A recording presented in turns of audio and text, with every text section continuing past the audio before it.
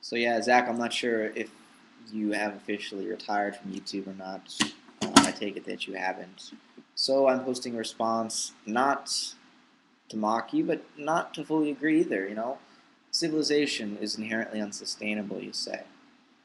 I would say industrial civilization is inherently sustainable, and maybe you would say, well, industrial civilization has its precursors in agricultural civilization. It's just a further elaboration on the same theme. And I would say, okay, point taken. But I think there are sustainable ways of growing one's own food, and I don't think that the meme, let's call it, of the civilizational organization is necessarily an evil thing. I think it's also the source of many a good thing. The very fact that we can speak an alphabetized language, um, that's thanks to civilization. And as easy as it is to glorify the primitive, I call it primitive. Let's call it the indigenous way of life. Um, I didn't mean to call it primitive. Sorry, that was a slip of the tongue. But the indigenous way of life, while we can sort of idealize it, from our very cultured, technologically sophisticated uh, perspective, and look back on it and think, wow, they didn't have to work as much as we do. They seem to live more fulfilling social lives in their tribes. But at the same time, it's not as though there wasn't conflict and death and disease and struggle. Um, it was there. It took different forms. It takes different forms nowadays. And where I do agree with you, Zach, is that to a large extent, our civilization is going to destroy itself. We can't prevent it from destroying itself.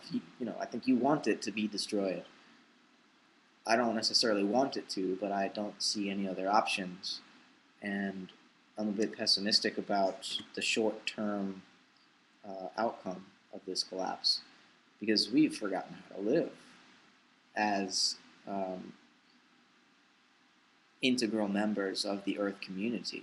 We've been living for so many thousands of years in an attempt to dominate the rest of nature that we've forgotten all of the skills required.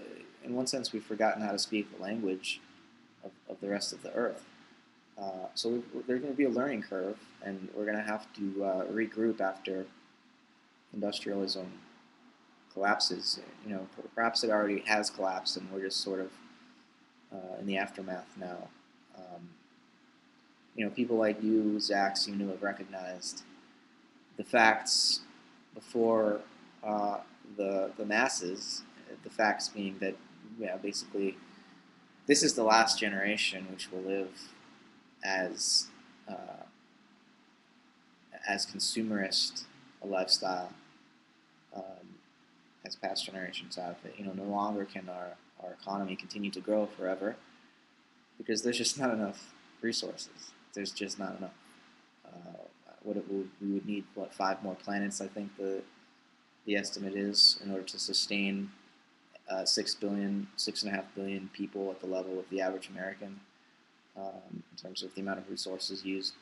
So that's obviously completely unsustainable. And it's just, you're right in a sense. You could almost compare it to the level of atrocity that we associate with the Holocaust. Um, but, it's an overused analogy. You probably agree with me there. But I get your point, and I don't disagree. And I think it is important what you have done on YouTube, trying to spread this message, this meme. And I guess the real reason I'm making this response is to try to persuade you to come on to John and I's Hold network. I know you're pretty teed off at him at the moment because of his parody of.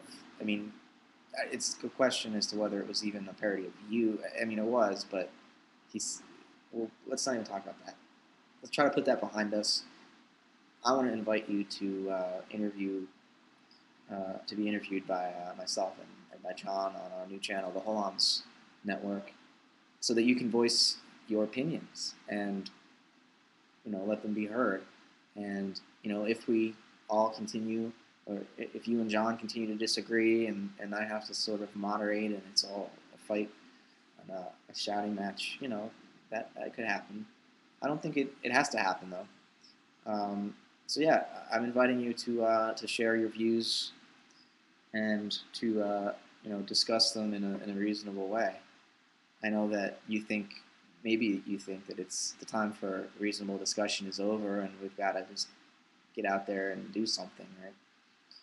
But I think it's a bit of a false dichotomy between thought and action. I actually think discussing things allows you to come to conceive of the world in a new way, such that action becomes available to you, which you hadn't even been able to foresee before you thought about it a little bit. So yeah, the invitation's on the table. Accept if you will. If not, I'd be disappointed, but I'll live, at least until civilization collapses. Peace, man.